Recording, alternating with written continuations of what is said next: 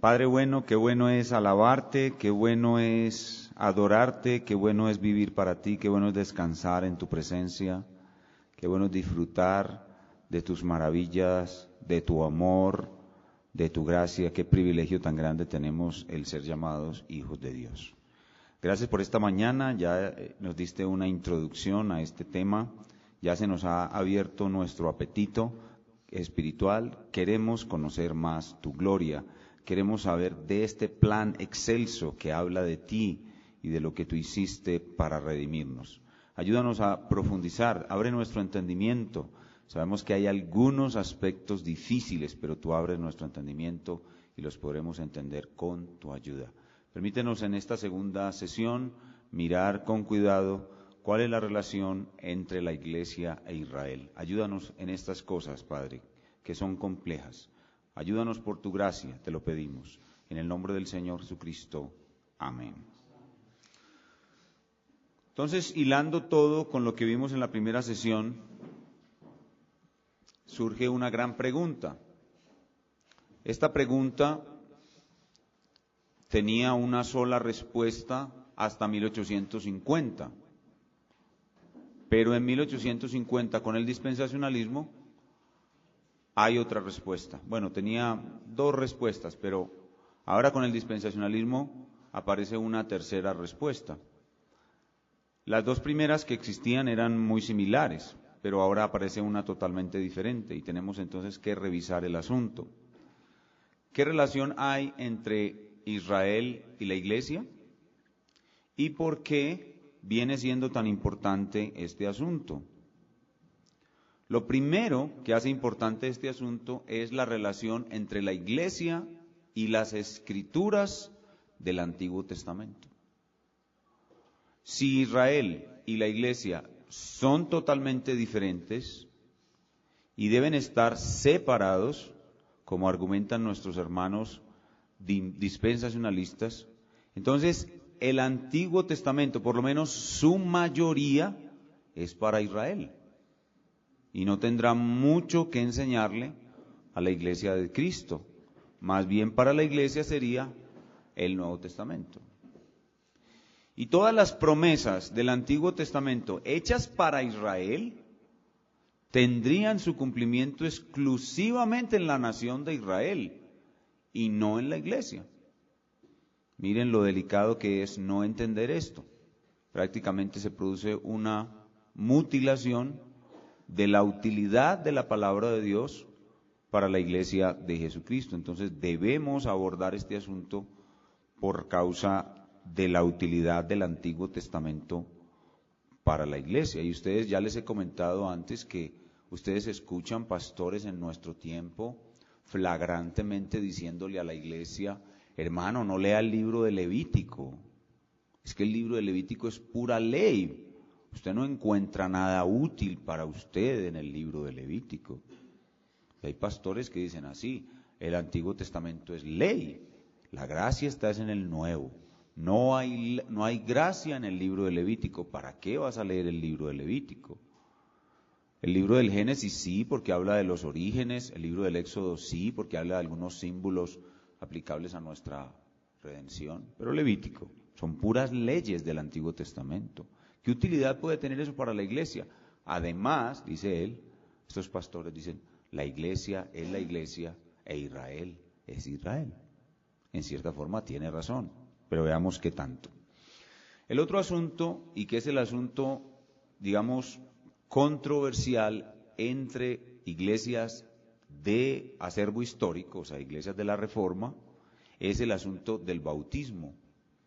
Del bautismo como señal de ingreso al reino de Dios.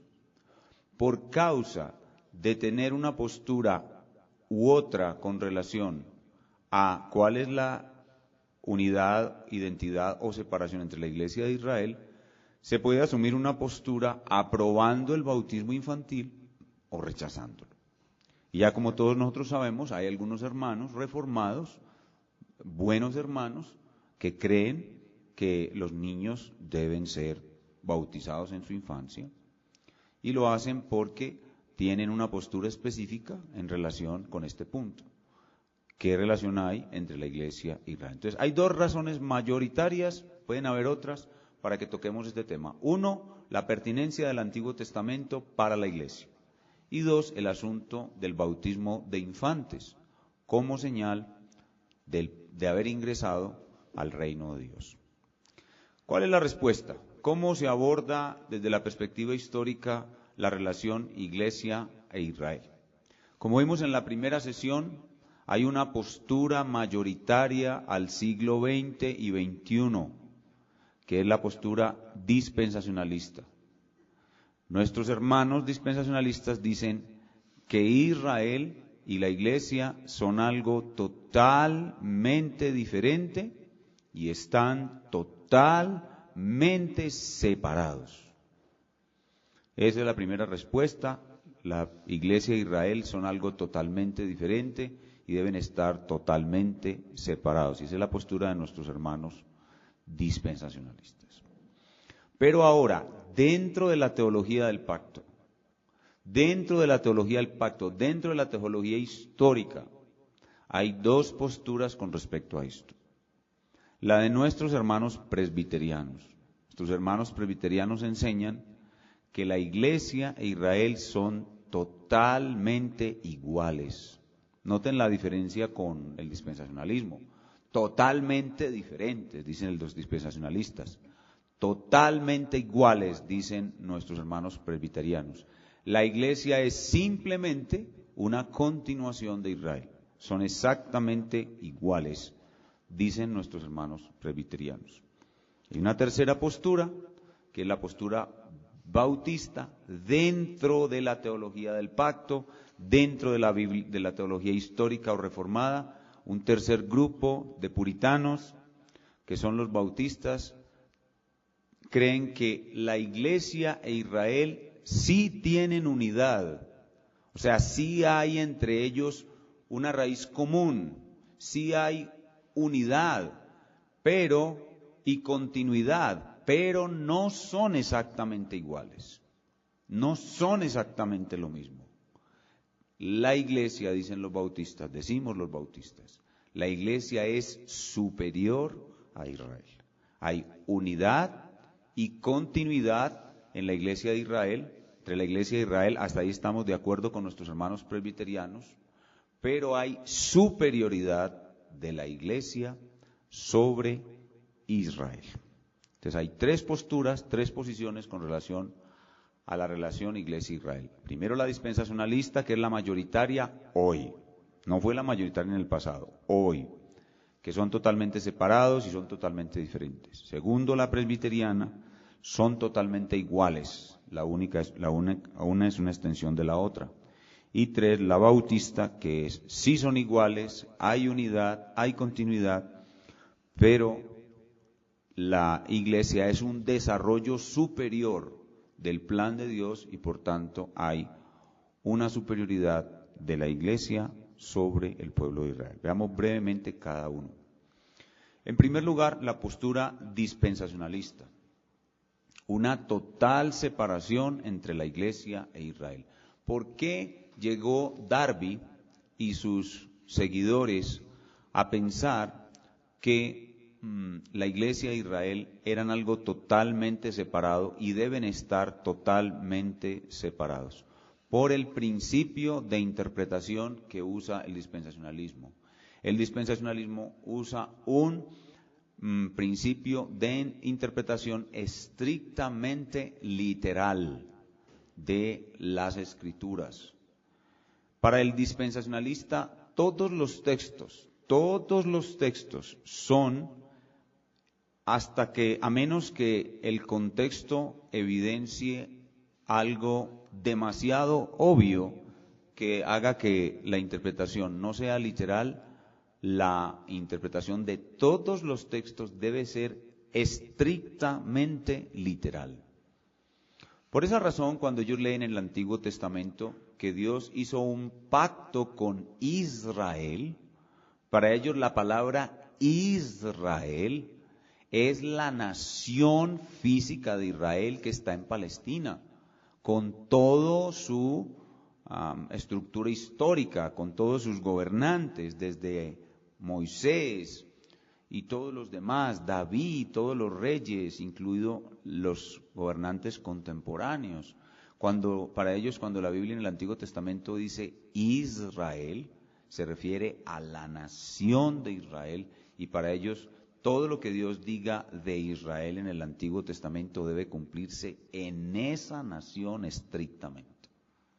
Entonces, su interpretación estrictamente literal lo lleva a separar la iglesia de Israel. Por eso es que ellos creen que Dios tiene dos planes, porque parece que en el Antiguo Testamento Dios no tenía en cuenta para nada las otras naciones, y ese era su plan original. Su plan original era con Israel, y a partir del Nuevo Testamento tiene en cuenta todas las naciones, y ese es su trato con la iglesia. La iglesia tiene que ver con todas las naciones, y el Antiguo Testamento tiene que ver solo con Israel, por esa aplicación estrictamente literal de las Escrituras.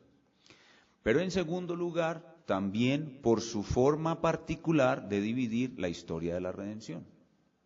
Recuerden lo que veíamos en la clase anterior, que ellos dividen la historia de la redención por dispensaciones. Las dispensaciones son períodos cerrados de tiempo, en los que Dios tiene un trato con una porción de la humanidad, y termina ese trato con esa porción de la humanidad y cierra ese periodo y abre otro periodo, y eso es lo que ellos llaman trazar correctamente la palabra de verdad. El dispensacionalista dice, eso es trazar correctamente la palabra de verdad, dividir correctamente la palabra de verdad, y es crear esos cajones donde Dios trata con una sección de la humanidad, deja ese trato atrás y continúa otro trato con otra porción de la humanidad, y así sucesivamente. Su forma particular de dividir la historia, pues hace que Israel y la iglesia estén separados.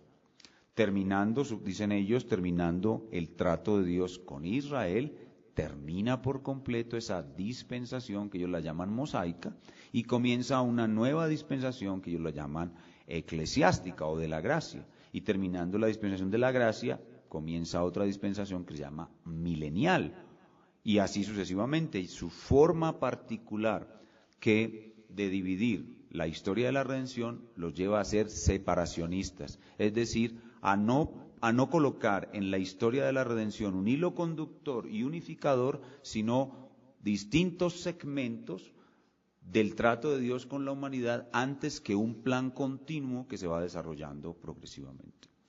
Eso es lo que hace que ellos vean, o que Darby vea o vio, que la iglesia e Israel deben estar totalmente separados. Por ejemplo, donde dice que Dios promete algo a Israel, se tiene que referir a la nación de Israel literalmente. Y por tanto su cumplimiento debe esperarse para Israel solamente. En Jeremías capítulo 31, versículos 31 al 34, donde se habla del nuevo pacto, por primera vez se introduce en la historia de la redención el nuevo pacto. Ya había tenido su realización el pacto davídico, que es el último de los pactos del antiguo, el pacto davídico. Jeremías anuncia un nuevo pacto, y en el texto leemos: "He aquí vienen días, dice el Señor, en que yo haré un nuevo pacto con la casa de Israel y con la casa de Judá". Entonces ellos, en su interpretación estrictamente literal, dicen que cuando el texto dice con la casa de Israel y la de Judá, debe ser con la nación física de Israel. Y por tanto, dicen los dispensacionalistas, ese pacto no se ha cumplido aún. Ellos dicen que ese pacto se va a cumplir en el milenio, a la nación de Israel. ¿Cuál es el problema con esto? El problema es que el Nuevo Testamento enseña que ese pacto ya se cumplió. Y se cumplió con la iglesia. En Mateo capítulo 26, versículo 28, cuando el Señor Jesús está tomando el pan de la Pascua y convirtiéndolo en el pan de la Santa Cena, ¿qué es lo que dice cuando tiene el pan en las manos? Veamos el texto, por favor.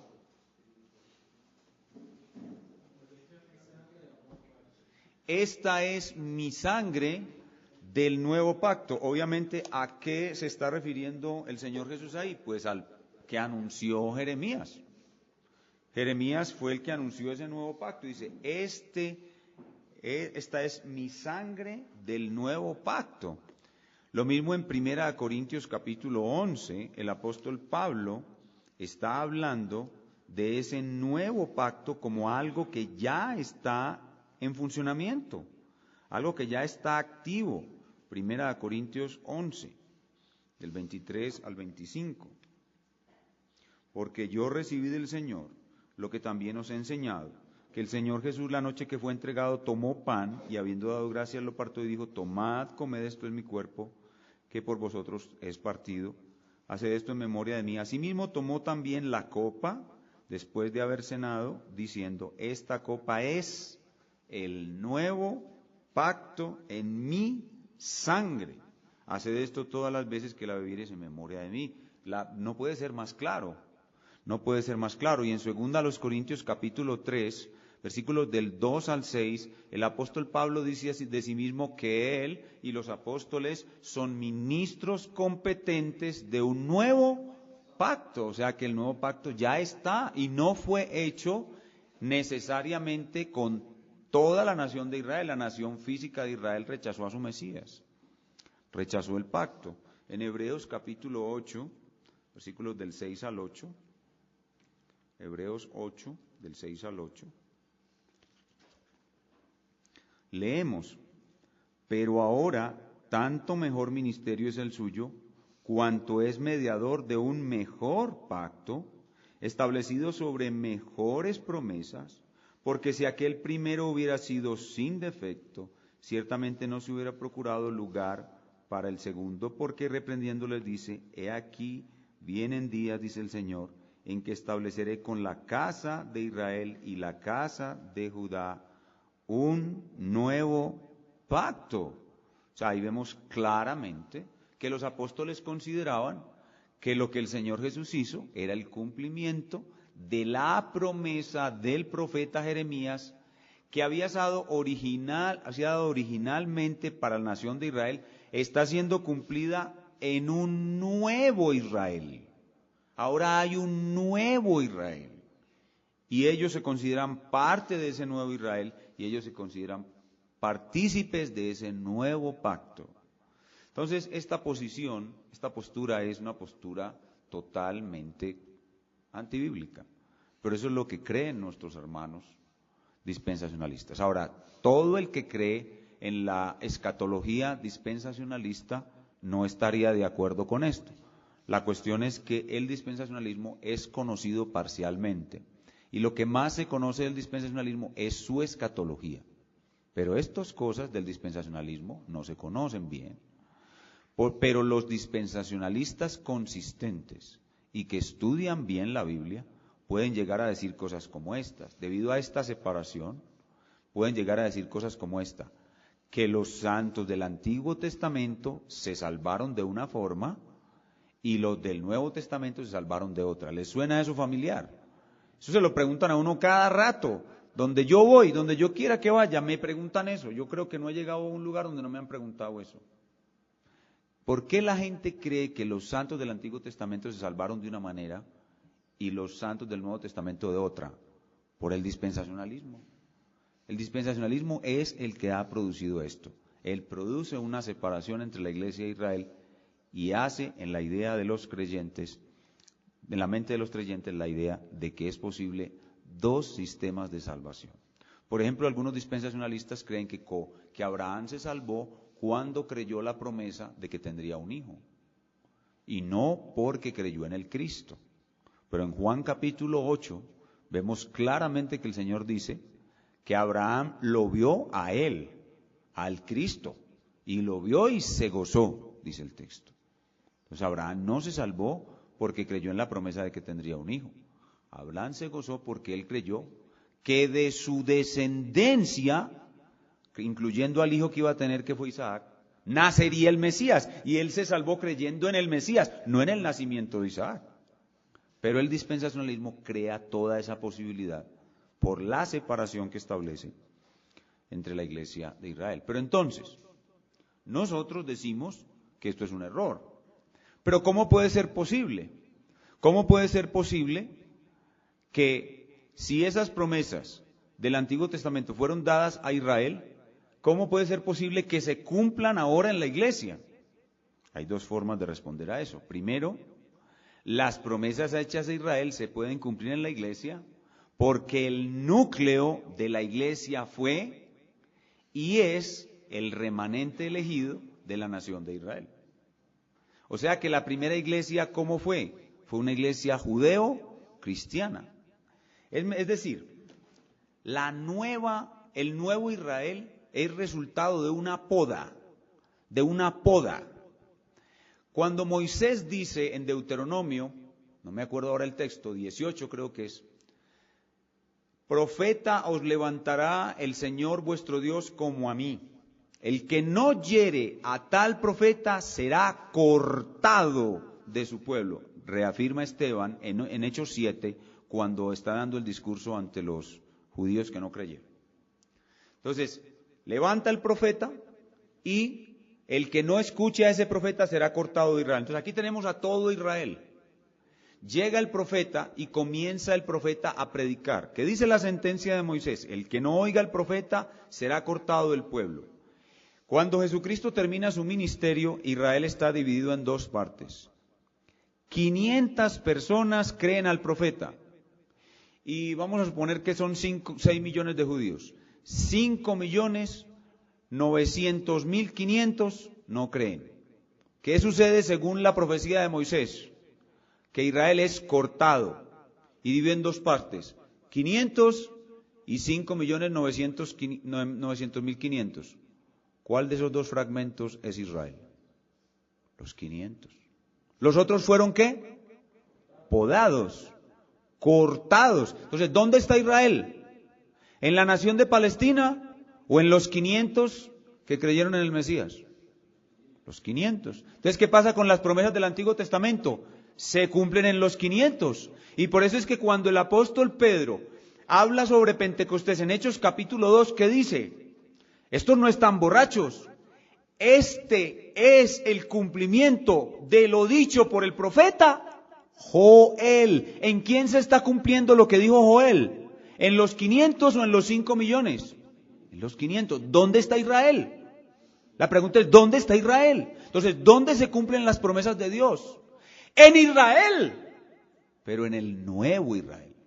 El otro Israel quedó siendo un desecho raquítico, lánguido, sin vida, que de Israel no tiene sino el nombre. Pero el verdadero Israel es la iglesia. ¿Cuántos dicen amén?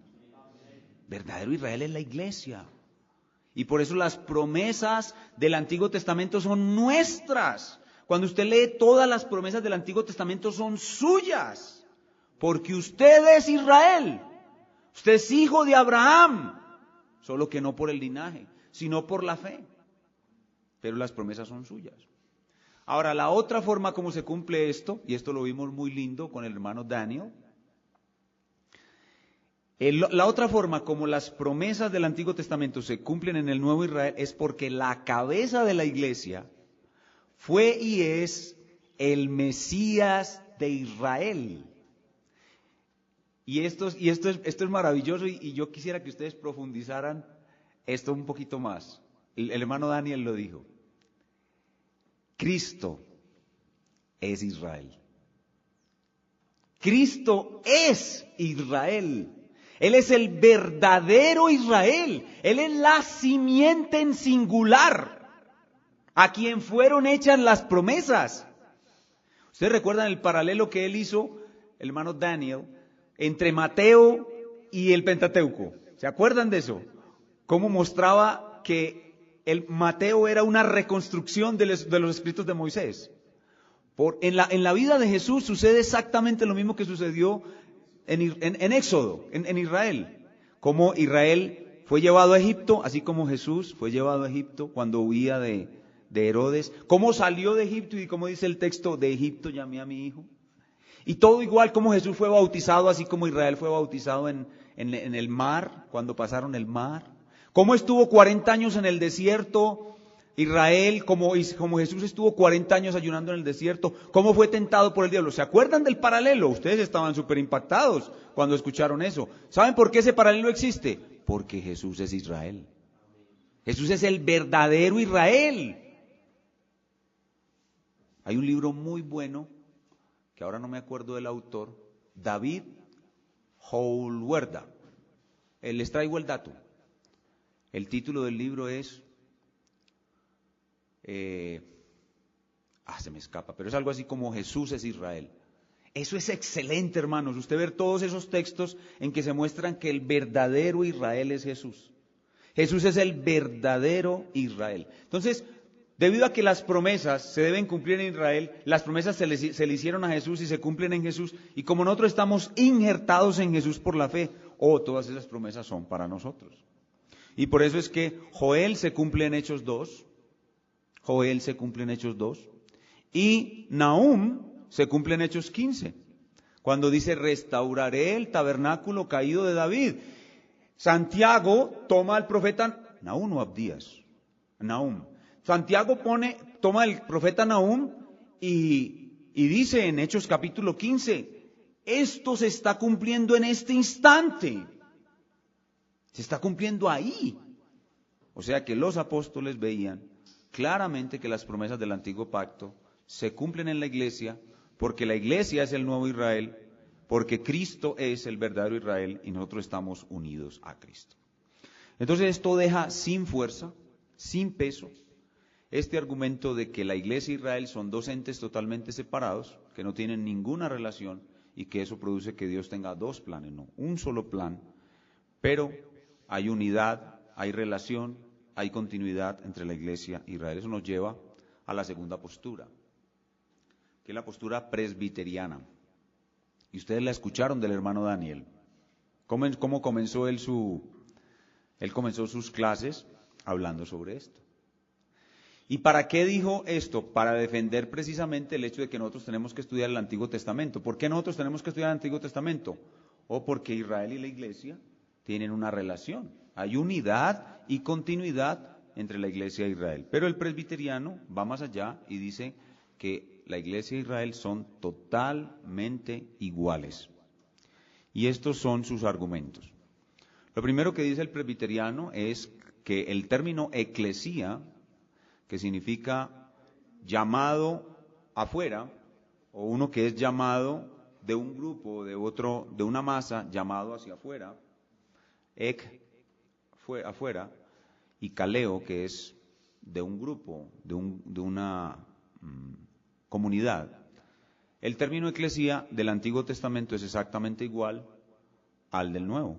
La asamblea de Israel es la eclesía, lo mismo que en el Nuevo Testamento. En eso ellos tienen razón. El principio constitutivo de la iglesia de Israel es el mismo. Israel es una nación elegida. La iglesia son elegidos de toda nación, tribu, pueblo y lengua. O sea que su principio constitutivo es el mismo. En tercer lugar, hay declaraciones del Nuevo Testamento de que la iglesia es el nuevo Israel de Dios. Por ejemplo, en 1 Corintios 10, 18. 1 Corintios 10, 18.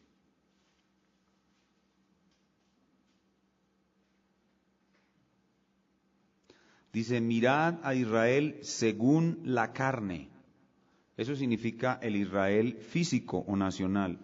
Los que comen de los sacrificios no son partícipes del altar. Entonces hay un Israel según la carne y hay otro Israel según el Espíritu. Hay un Israel según la carne y hay un Israel según el Espíritu. La palabra de Dios hace esa distinción. Romanos capítulo 2, versículo 28 y 29, nos muestra qué es ser realmente israelita. Dice, pues no es judío el que lo es exteriormente, ni es la circuncisión la que se hace externamente en la carne, sino que es judío el que lo es en lo interior, y la circuncisión es la del corazón, en espíritu, no en letra. La alabanza, y la palabra judío significa eso, uno que es alabado, la alabanza del cual no viene de los hombres, sino de Dios. Entonces, hay otro Israel que es el Israel espiritual. Hay un Israel según la carne y hay otro Israel que es el Israel espiritual. Romanos 9, del 6 al 8. No todo el que proviene de Israel es israelita. Nos va a aclarar aún más el apóstol Pablo. Romanos 9, 6 dice, no que la palabra de Dios haya follado, porque no todos los que descienden de Israel, o sea, son hijos de Jacob, son israelitas, ni por ser descendientes de Abraham son todos hijos, sino en Isaac te será llamada descendencia. Esto es, no los que son hijos según la carne, Israel según la carne, son hijos según la promesa. No todos los que son, no los que son hijos según la carne son los hijos de Dios, sino los que son hijos según la promesa son contados como descendientes. Porque la palabra de la promesa es esta, por este tiempo vendré y Sara tendrá un hijo. Y en Filipenses capítulo 3, versículo 3, se muestra claramente que hay una circuncisión verdadera, que es la circuncisión del corazón. Dice, porque nosotros somos la circuncisión, los que en espíritu servimos a Dios y nos gloriamos en Cristo Jesús, no teniendo confianza en la carne. Entonces esto muestra claramente que hay unidad, que la iglesia de Israel tiene el mismo principio constitutivo, que son dos pueblos que tienen unidad por tener estas características muy similares. Y hay una larga serie de características y privilegios que Dios en el Antiguo Testamento le da a Israel y en el Nuevo Testamento menciona que son también propiedad de la iglesia. Son más o menos 16 características. Son unas 16 características que el Antiguo Testamento le da a la nación de Israel y que luego en el Nuevo Testamento dice que también le pertenecen a la iglesia. Y esto es lo que más hace que nuestros hermanos presbiterianos crean que la iglesia de Israel son lo mismo, porque lo que se dice de Israel en el Antiguo se aplica a la iglesia en el Nuevo de manera directa. Entonces ellos creen que eso muestra la igualdad absoluta entre la iglesia e Israel. Por ejemplo, Éxodo 19, donde dice que Israel será un pueblo de gente santa, real sacerdocio, nación santa, un pueblo de reyes y sacerdotes. Éxodo 19, 5 y 6. Dice, ahora pues, si diereis oído a mi voz y guardareis mi pacto, vosotros me seréis mi especial tesoro sobre todos los pueblos, porque mí es toda la tierra, y vosotros me seréis un reino de sacerdotes y gente santa. Ese es cómo Dios en el Antiguo Testamento ve a Israel, pero ¿cómo ve Dios a la iglesia? Igual, segunda de Pedro capítulo 2, versículo 9, un texto muy, muy conocido, que nosotros somos real sacerdocio, nación santa, son exactamente las mismas palabras. Entonces, como vemos exactamente las mismas palabras, decimos entonces, o dicen nuestros hermanos presbiterianos, es porque la iglesia de Israel son exactamente lo mismo. Segunda de Pedro 2:9. Me equivoqué en la cita, ¿cierto? Primera de Pedro 2:9, es Primera de Pedro. Primera de Pedro 2:9 dice, mas vosotros sois linaje escogido, real sacerdocio, nación santa, son lo mismo. Entonces dicen, y así hay otras 16 características que son así paralelas, directas la una con la otra. Entonces eso hace que nuestros hermanos y continúen argumentando que la iglesia de Israel son exactamente iguales. Otro argumento que ellos usan es la analogía que el apóstol Pablo usa en Romanos capítulo 11, hablando de el olivo. El apóstol Pablo está mostrando que el olivo, el árbol que simboliza la historia de la redención, tiene una raíz. Esa raíz es Abraham. Tiene un tronco que son Moisés y los profetas, y tiene unas ramas que son todas las obras de Dios realizadas hasta Cristo. Y cuando llega el Cristo, dice que las ramas naturales son desgajadas, cortadas, y las ramas silvestres son injertadas contra naturaleza en el buen olivo. Entonces nuestros hermanos dicen, mire, es que no son dos pueblos, es un solo pueblo, porque es un solo árbol. Es un solo árbol, entonces es un solo pueblo. Entonces la iglesia e Israel son lo mismo, pero nosotros veremos luego que a pesar de que es un solo árbol, no necesariamente son iguales, a pesar de que hay continuidad, sí hay unidad, sí tienen mucha semejanza, pero la iglesia viene a ser superior a Israel, enseguida veremos por qué. Y el último argumento es Efesios 2, del 11 al 19, es un pasaje muy, muy importante. Este pasaje, pues, es bueno para ellos, para defender su postura, pero es bueno para todos, para negar el dispensacionalismo. Este pasaje es clave para todos los que creemos la teología del pacto, porque este pasaje niega de una manera sencilla el dispensacionalismo, de una manera muy clara. Efesios 2:11. Por tanto, acordaos de que en otro tiempo vosotros, los gentiles, en cuanto a la carne, erais llamados incircuncisión por la llamada circuncisión hecha con mano en la carne.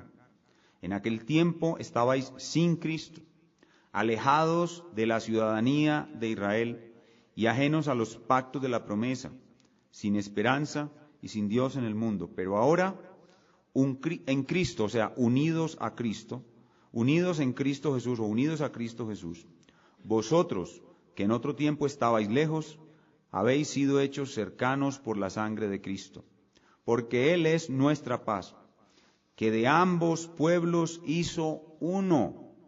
Miren, no son dos planes. La iglesia de Israel no están separadas. De ambos pueblos hizo uno. Recuerden, los 500 que fueron cortados son Israel. Y a esos 500 Él injertó la gran masa gentil. Ese es el nuevo Israel.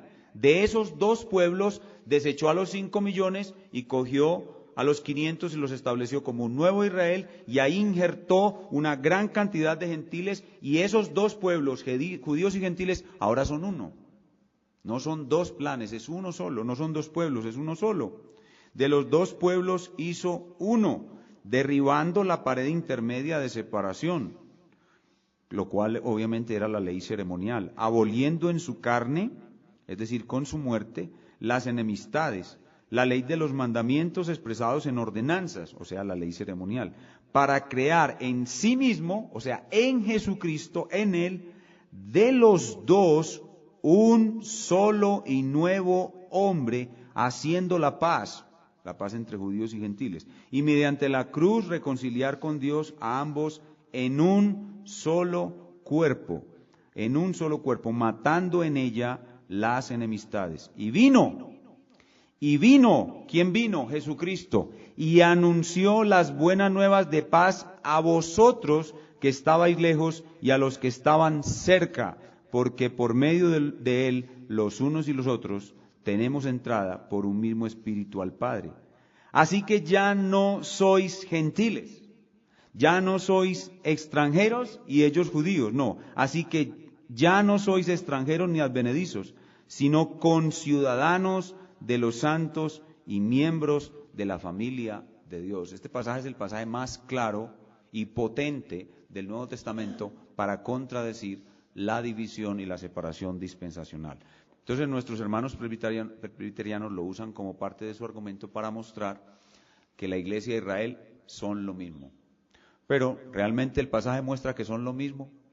Lo que muestra el pasaje es que con los dos se hizo una cosa totalmente nueva, pero no que son exactamente lo mismo. Entonces, cuando se mantiene la idea de que son exactamente lo mismo, ¿qué es lo que se está tejiendo? Al decir que la iglesia es igual a Israel, se admiten que las condiciones del antiguo pacto, en las que se permitía que personas inconversas llevaran la señal del pacto, es decir, la circuncisión, de esa misma manera los hijos de los creyentes recién nacidos, que no son creyentes, pueden también llevar la señal del pacto, que es el bautismo. Entonces, ese es el argumento de nuestros amados hermanos presbiterianos. Ellos dicen que debido a que la iglesia e Israel son lo mismo, para ellos prácticamente el pacto abrahámico y el nuevo pacto son lo mismo, entonces lo único que hay que hacer es cambiar la señal del pacto antiguo, del pacto abrahámico es la circuncisión, La señal de introducción al nuevo pacto es el bautismo. Entonces intercambiamos la circuncisión por el bautismo. Y como Israel y la iglesia son lo mismo, las condiciones del pacto antiguo con Israel era una población mixta. Ustedes recuerdan la insistencia del hermano Hoffman de que en Israel había extranjeros y que esos extranjeros eran circuncidados y que esos extranjeros tomaban la Pascua. Entonces, esa condición mixta de un pueblo mixto bajo el pacto, creyentes y no creyentes compartiendo la misma señal, es lo que ellos ven cuando dicen que la iglesia e Israel son lo mismo. Es decir, que si la iglesia e Israel son lo mismo, tenemos creyentes e incrédulos bajo el pacto recibiendo la misma señal. Y por eso es que los hijos de los presbiterianos son bautizados cuando nacen, porque son parte del pacto, nacen bajo el pacto, nacen bajo la cobertura del pacto y por eso deben llevar la señal del pacto. Entonces, la igualdad entre iglesia e Israel permite a nuestros hermanos presbiterianos, de una manera teológica, bíblica, sólida, es un argumento sólido, ellos lo manejan muy bien y lo creen muy bien, y es totalmente respetable y nosotros lo respetamos, pero nosotros no lo compartimos, por una sencilla razón. Si bien nosotros creemos que la iglesia e Israel son iguales, o sea, hay unidad entre ellos, son la misma matriz, son la misma raíz, son el mismo plan, son un solo plan, la iglesia e Israel no son exactamente iguales. Hay diferencias entre ellos. Si bien hay igualdad, también hay diferencia. Y esa es la postura bautista. La postura bautista, y esto no es nuevo, esto es del siglo XVII. Esto fue lo que hizo que la Confesión de Westminster no fuera aceptada uniformemente por todos los puritanos, sino que entre 1648 y 1677 hubo un silencio de los hermanos que no creían que la iglesia e Israel eran lo mismo. Y en 1677 ellos manifestaron por razones políticas, ya con por conveniencia para la paz del país, los puritanos bautistas manifestaron su desacuerdo con sus hermanos presbiterianos y establecieron la Confesión de Fe de Londres de 1677 y luego confirmada en 1689. ¿Por qué? Porque estos hermanos veían que la iglesia e Israel no son exactamente lo mismo. Son iguales en mucho, pero hay también diferencias entre ellos. Entonces, el puritano bautista decía, tienen unidad, pero no son exactamente lo mismo. Hay continuidad entre ellos, pero la iglesia es superior a Israel. Mateo capítulo 16, versículos del 16 al 20.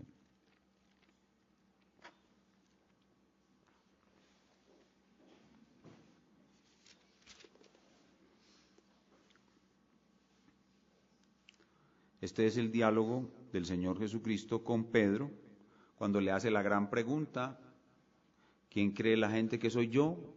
¿Quién dicen ustedes que soy yo? Y Pedro responde.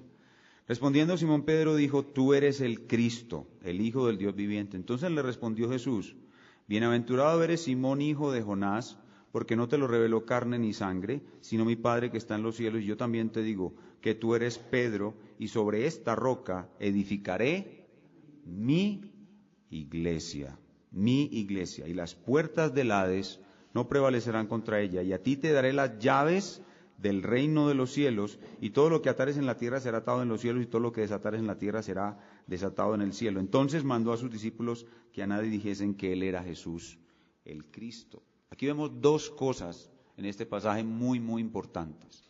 Dos cosas muy importantes que son fundamentales para la postura bautista. Uno, que el Señor dice, y sobre esta piedra edificaré mi iglesia. Él está hablando de un fundamento para una cosa que existía ya, nos suena como muy lógico. ¿Sí o no? Si Israel fuera exactamente lo mismo que la iglesia, ¿por qué el Señor Jesucristo habla de un fundamento? ¿O acaso no es que cuando se dice que se habla de un fundamento es porque se va a crear algo nuevo? ¿O va a comenzar otra cosa? ¿O cuál es el otro uso que puede tener la palabra fundamento? La iglesia es otra cosa. Sí hay unidad, sí son muy iguales, pero la iglesia es un nuevo comienzo en el plan de Dios. Y en segundo lugar, le dice a Pedro, a ti te daré las llaves del reino. Una expresión un poco extraña que la gente hace que pinte a San Pedro como el portero del cielo. ¿Han visto eso, verdad? Todo el mundo cree que San Pedro es el portero del cielo. Entonces, ¿qué quiso decir Jesús cuando dice a Pedro, a ti te daré las llaves del reino? Significa que el reino que ya estaba siendo implantado sobre la tierra tendría una nueva etapa. Y que Pedro tendría el privilegio de abrir. ¿Para qué sirve una llave? Para abrir. Pedro tendría el privilegio de abrir las puertas del reino. ¿A quiénes? A los judíos y a los gentiles. ¿Quién fue el que abrió la puerta del reino a los judíos? Pedro. En su primer sermón, ¿a quién fue dedicado ese primer sermón? A solo judíos. ¿Cuántos entraron? 3,000. Y en su sermón en la casa de Cornelio se convirtieron los primeros gentiles. Pedro abrió las puertas del reino. El reino en esta etapa es algo completamente nuevo y diferente. O sea que sí hay unidad, pero también hay diferencia. ¿Cuáles son las etapas del reino de Dios? El reino de Dios tiene 4 etapas. Primero, reino de Dios o reino primitivo, reino primitivo patriarcal, también lo podemos llamar. Luego, reino nacional, que es la nación de Israel, o cuando el reino estaba en la nación de Israel. Luego, reino espiritual. ¿Cuál fue la etapa del reino que a Pedro se le dio el privilegio de abrir? La tercera. El reino espiritual, una nueva etapa. Y la última etapa es el reino eterno que comenzará con la segunda venida del Señor Jesucristo. Entonces miren que sí hay unidad, sí hay continuidad, pero hay superioridad. Estamos en una nueva etapa del reino de Dios, que tiene un nuevo fundamento, el cual es Cristo. Ahora, ¿Cristo está enraizado en los apóstoles, profetas, en Abraham? Sí, claro. Todo de ahí para atrás tiene relación, pero ¿cuál es la roca sobre la cual se edifica su iglesia? No es Israel, es Él mismo. Entonces miren que sí hay una diferencia y sí hay una superioridad. Mateo 21, verso 33 al 43, y este pasaje es demasiado claro. Mateo 21, del 33 al 43. La parábola de los labradores malvados. No vamos a leer toda la parábola. Ustedes la conocen. Jesús está aquí acusando a los maestros en Israel, quienes son los judíos, los escribas y los fariseos. Y luego de que los acusa de ser homicidas, rechazadores de Dios, homicidas y corruptos, termina diciéndoles, versículo 43, por tanto os digo que el reino de Dios, que hasta ese momento estaba en la nación de Israel, será quitado de vosotros y será dado a gente. ¿Cuál es esa gente? La iglesia, el nuevo Israel, que produzca los frutos de él. Israel, hermanos, en el tiempo del Señor Jesucristo, Israel era una higuera estéril, y esa higuera estéril debía ser cortada, y la raíz de la higuera, que es Abraham, Moisés, los profetas, serviría para injertar un nuevo Israel en esa raíz, que es la iglesia. ¿Y cuál es el brote? ¿Cuál es el punto de empalme entre el tronco, entre la raíz que sostiene al árbol y los gentiles que van a venir allí? Los 500 judíos que se convirtieron en el día de Pentecostés, en la venida, en el ministerio de Cristo, y luego todos los judíos que se convirtieron en Pentecostés. Entonces ahí tenemos que el árbol no sigue la misma dirección. O sea, tenemos la raíz, el árbol de Israel tiene su raíz en Abraham, en Moisés, el tronco en los profetas y el antiguo pacto, y luego viene las ramas y todo el follaje que es la nación de Israel. ¿Qué es lo que hace el Señor? Esto es una higuera estéril, entonces Él coge esa higuera y la corta. Pero al cortarla queda un pequeño pedacito del tronco que son los 500 que creen en Jesucristo. Entonces, el resto del tronco, el resto del árbol, la frondosidad, el follaje del árbol, lo corta y lo desecha. Y enseguida coge un árbol gentil, un árbol de creyentes gentiles, y lo coge y lo pega en el tronco, uniéndolo exactamente por el lugar donde están los 500, y así se forma un nuevo árbol. Noten que no es el mismo árbol, es un nuevo árbol. Por eso la iglesia y Israel no son lo mismo, porque es un nuevo árbol, no es el mismo árbol. Por eso no se le puede dar el mismo trato al pacto abrahámico que al nuevo pacto, aunque ellos están unidos, aunque ellos están entrelazados, aunque ellos tienen dependencia, unidad, progresión, no son lo mismo, es un nuevo árbol. Y eso hace que nosotros no podamos aceptar el postulado presbiteriano del bautismo de los niños. En Hebreos capítulo 9, versículos 8 al 10. Hebreos capítulo 9, versículos del 8 al 10. Y enseguida veremos Hebreos 8. Hay más de esto que muestra que la iglesia es superior a Israel. Hebreos 9, del 8 al 10. Dice: dando el Espíritu a entender con esto, que aún no se había manifestado el camino al lugar santísimo, entre tanto que la primera parte del tabernáculo estuviese en pie, lo cual es símbolo para el tiempo presente, según el cual se presentan ofrendas y sacrificios que no pueden hacer perfecto en cuanto a la conciencia al que practique este culto, ya que consiste solo de comidas y bebidas y diversas abluciones y ordenanzas acerca de la carne impuestas, ¿hasta cuándo? Hasta el tiempo de reformar las cosas. ¿Qué es la reforma del antiguo pacto? Es un nuevo comienzo. Es el tiempo de reformar las cosas. Y si seguimos leyendo el texto, se va a ver ahí claramente que el nuevo pacto es superior al antiguo. El nuevo pacto es superior al antiguo. Pero el texto que a mí más me gusta, o el que más me convence de todo esto, es Hebreos 8.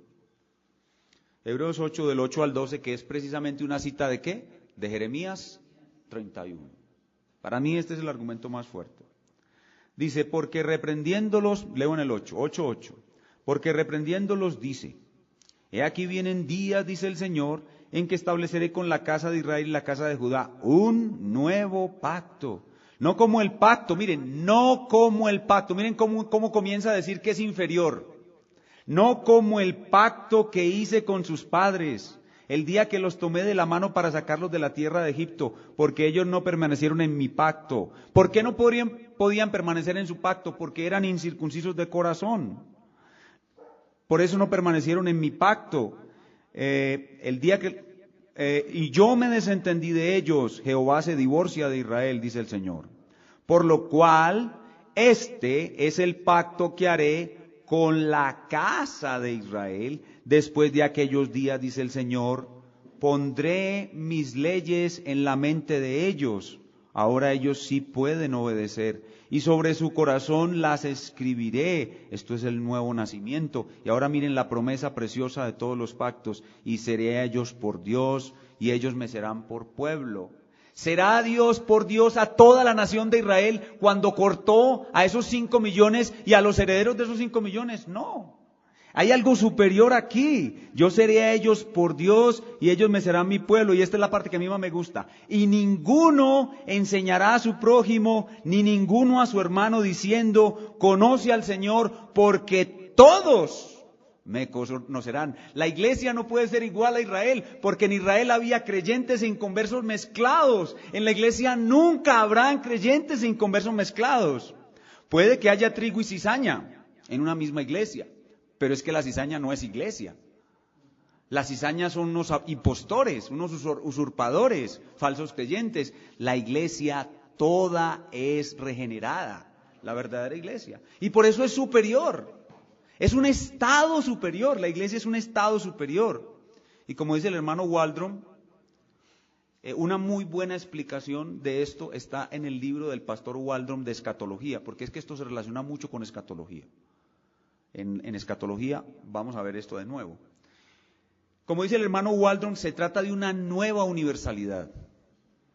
Es una nueva universalidad. En el antiguo pacto había una restricción muy grande del conocimiento de Dios. No había gracia sino para unos pocos dentro del mismo pueblo de Dios. Pero ahora la iglesia tiene una nueva universalidad. La iglesia tiene por esencia un alcance universal. La iglesia siempre está mirando a todas las naciones. Es una nueva universalidad.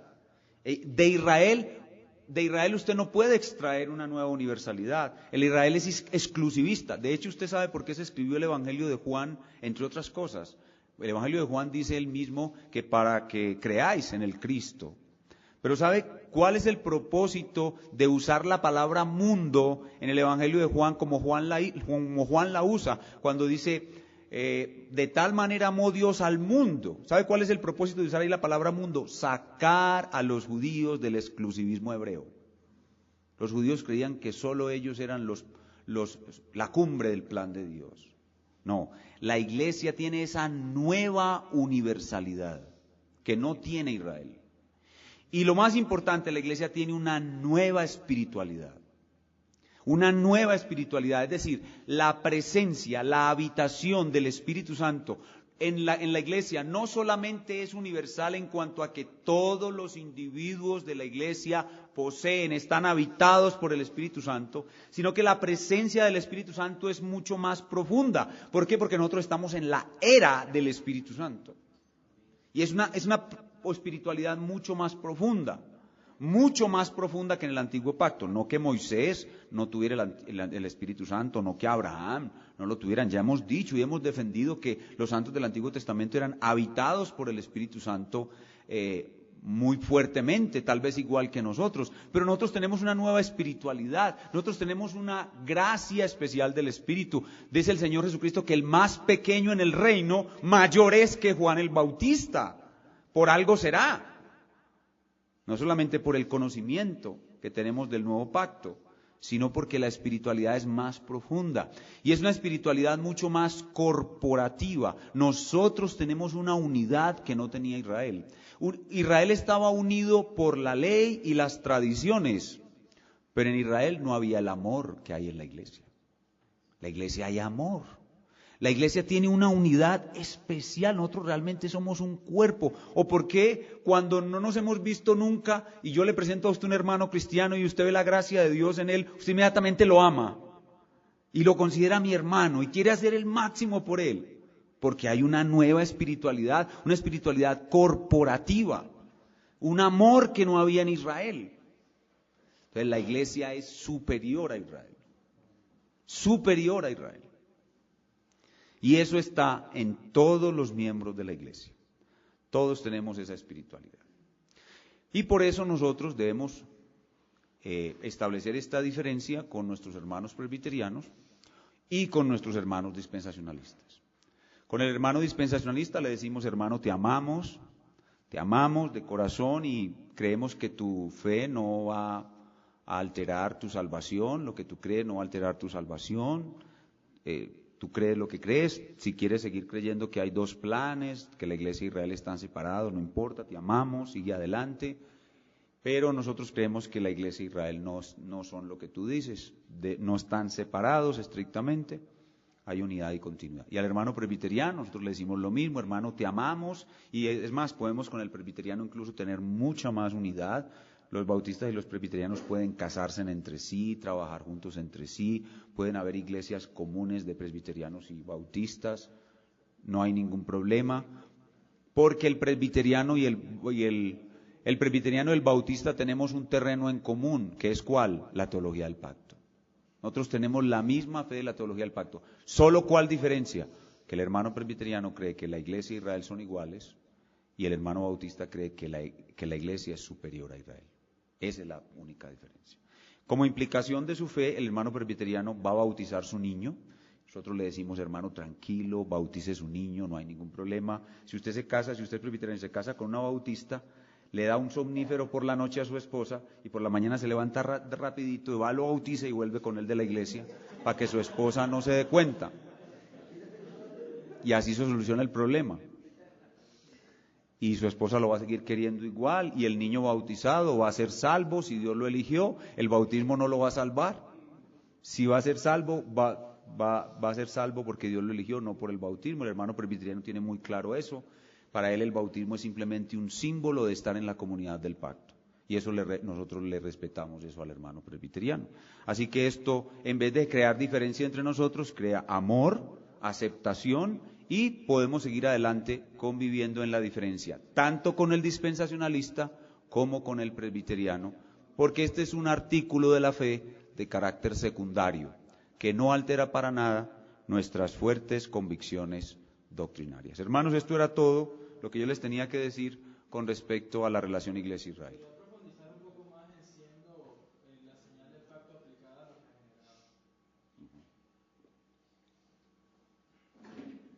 La razón por la cual nosotros creemos que la señal del pacto debe ser aplicada solamente a los regenerados es por ignorancia.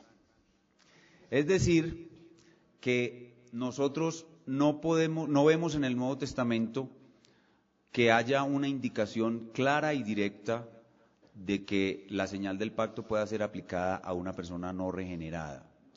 Mire, vamos a decir la verdad, los más inteligentes son los presbiterianos. Eso sí es verdad, esos hermanos. De hecho, el argumento del bautismo infantil, todo se basa en el Antiguo Testamento y en la teología del pacto. Todo. El argumento del hermano presbiteriano no tiene nada que ver con el Nuevo. Solamente utilizan unos 2 o 3 textos del Nuevo Testamento donde pareciera ver que al bautizarse, como dice por ejemplo en el caso del carcelero de Filipos, que se bautizó con toda su casa.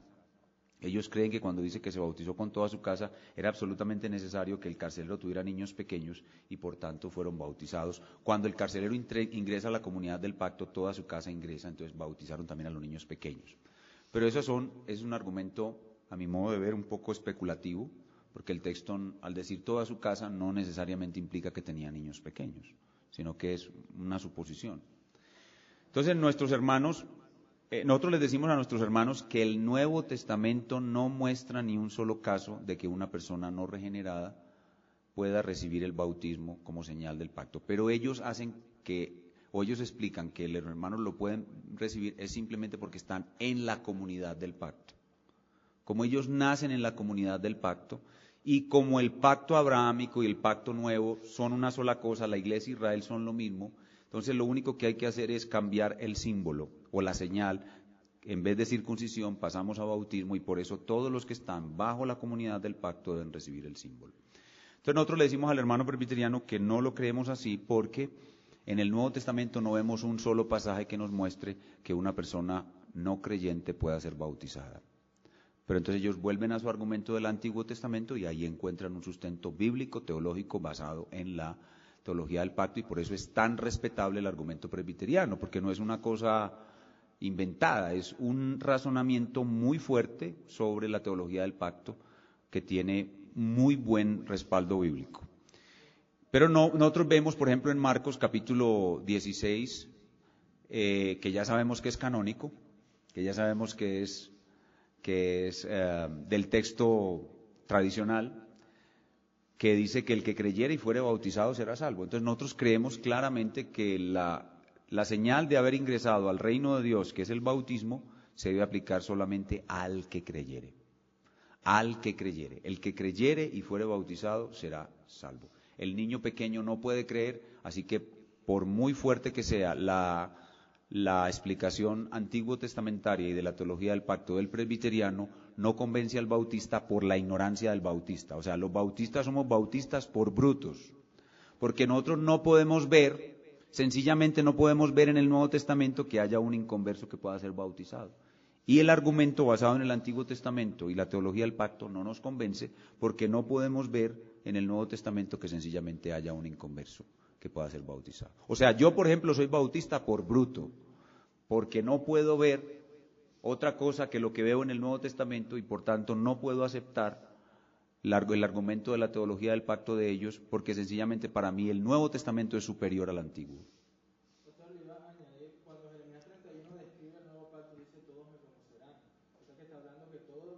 son regenerados. Absolutamente. Para mí ese es el mejor argumento. Todos me conocerán significa que todos los que están bajo el nuevo pacto son creyentes.